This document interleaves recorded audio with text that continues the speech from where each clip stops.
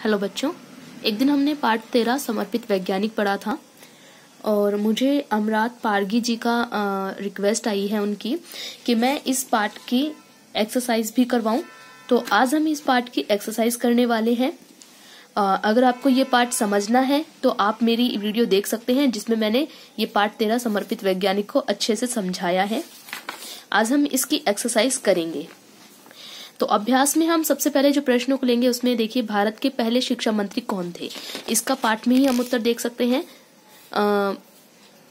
मौलाना अब्दुल कलाम आजाद स्वतंत्र भारत के पहले शिक्षा मंत्री थे। ठीक है, तो इसका उत्तर क्या होगा? मौलाना अब्दुल कलाम आजाद। ठीक है, जो कि हमारे भारत के पहले शिक्षा मंत्री थे। भेरा नामक स्थान अब किस देश में स्थित है? भेरा नामक स्थान, यह स्थान अब बांग्लादेश में स्थित है। ठीक है। बीरबल साहनी ने स्नातक की परीक्षा कब पास की? इसका उत्तर हमें इस तरफ देखने को मिलेगा। सन 1911 में बीरबल साहनी ने स्नातक की परीक्षा पास की। ठीक है।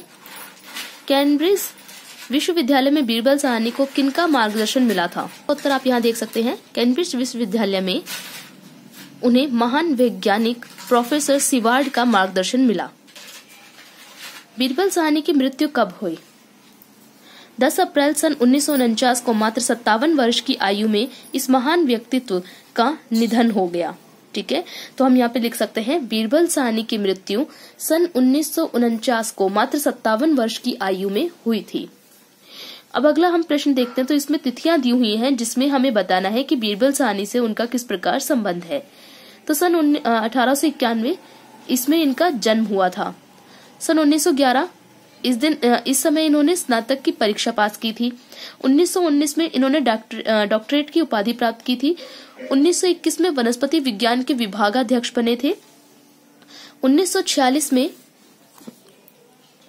उन्होंने लखनऊ में इंस्टीट्यूट ऑफ पेलियोबोटनी की स्थापना की, जो अब इन्हीं के नाम से जाना जाता है। और सन 1949 में इनका निधन हुआ था। आगे हम प्रश्नों की बात करें तो इसमें गद्यांश दिया हुआ है जिसमें से हमें सही उत्तरों को चुनना है। इनके प्रश्नों की यदि हम बात करें तो प्रश्न है बनारस हिंदू विश्वविद्यालय में बीरबल साहनी ने कितने वर्षों तक काम किया? तो यहाँ पे उत्तर है 2 वर्षों तक। ठीक है। लखनऊ विश्वविद्यालय में बीरबल साहनी को किस विभाग का विभागाध्यक्ष बनाया गया? इसका उत्तर है वनस्पति विज्ञान का। बीरबल साहनी को छात्रों के बीच प्रसिद्ध होने का कारण क्या था? उनके अध्यापन का रोचक तरीका। ठीक है। आगे हम बात करें तो प्रश्न है मौलाना आजाद का प्रस्ताव किसने ठुकरा दिया था? तो हम इसका उत्तर हम यहाँ पे देख सकते हैं, पाठ की शुरुआत में ही दिया हुआ है। मौलाना अब्दुल कलाम आजाद स्वतंत्र भारत के पहले शिक्षा मंत्री थे। उन्होंने एक विख्यात वैज्ञानिक को शिक्षा मंत्रालय के सचिव का पद देना चाहा, लेकिन उस वैज्ञानिक ने इस प्रस्ताव को ठुकरा दिया। जानते हो उस महान वैज्ञानिक का नाम था बीरबल साहनी। ठीक है, तो हम यहाँ पे कह सकते हैं, जो प्रश्न है यहाँ पे मौलाना आजाद का प्रस्ताव किसने ठुकरा दिया था, तो हम कह सकते हैं मौलाना आजाद का प्रस्ताव महान वैज्ञानिक बीरबल साहनी ने ठुकरा दिया था। अगला प्रश्न है बीरबल साहनी के पिता कौन थे और वे क्या करते थे? तो इसका उत्तर यहाँ पे हमें देखने को मिल सकता है। उनके पिता लाला रुचिराम साहनी लाहौर गवर्नमेंट कॉलेज में प्रोफेसर थे। ठीक है। अगले प्रश्न की यदि हम बात करें तो बीरबल साहनी के पिता की क्या इच्छा थी? ये वाला प्रश्न आप देख सकते हैं। इसका उत्तर हमें यहाँ पे देखने को मिलेगा। उनके पिता चाहते थे कि बीरबल सिविल सेवा में जाएं। ठीक है, तो उनके पिता की क्या इच्छा थी? उनके पिता की इच्छा थी कि वे सिविल सेवा में जाएं।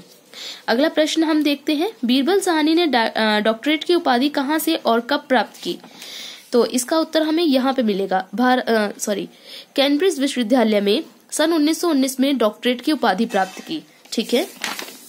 अगला प्रश्न है बीरबल साहनी ने डॉक्टरेट की उपाधि, माफ करना फिर से वही पढ़ लिया। भारत लौटकर बीरबल साहनी ने क्या किया? तो इसका उत्तर हमें यहाँ पे देखने को मिलेगा। भारत लौटकर बीरबल साहनी ने बनारस हिंदू विश्वविद्यालय में वनस्पति विज्ञान के प्रोफेसर के रूप में काम करने लगे। ठीक है, और वहां पे उन्होंने 2 वर्षों तक काम किया था। आगे इसी प्रकार एक गद्यांश है जिसमें से हमें उत्तर छांट के लिखने हैं। तो प्रश्न पत्र देखकर बीरबल साहनी को क्या लगा? ठीक है, तो यहाँ एक गद्यांश में दिया हुआ है कि प्रश्न पत्र आसान लगा। बीरबल साहनी ने क्या किया, ठीक है, बीरबल साहनी ने क्या किया था, उत्तर पुस्तिका जो थी वो खाली छोड़ दी थी।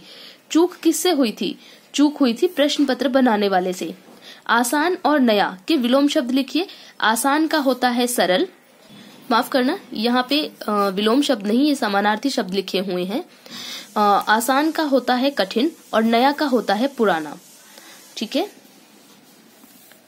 इसी प्रकार यहाँ पे भाषा बोध है जिसमें कि हमें उपसर्ग और मूल शब्द को अलग करना है।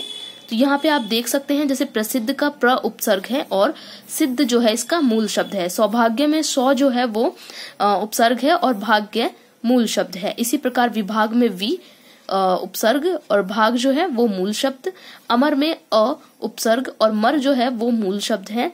विदेश में वी जो उपसर्ग है और देश है वो मूल शब्द है।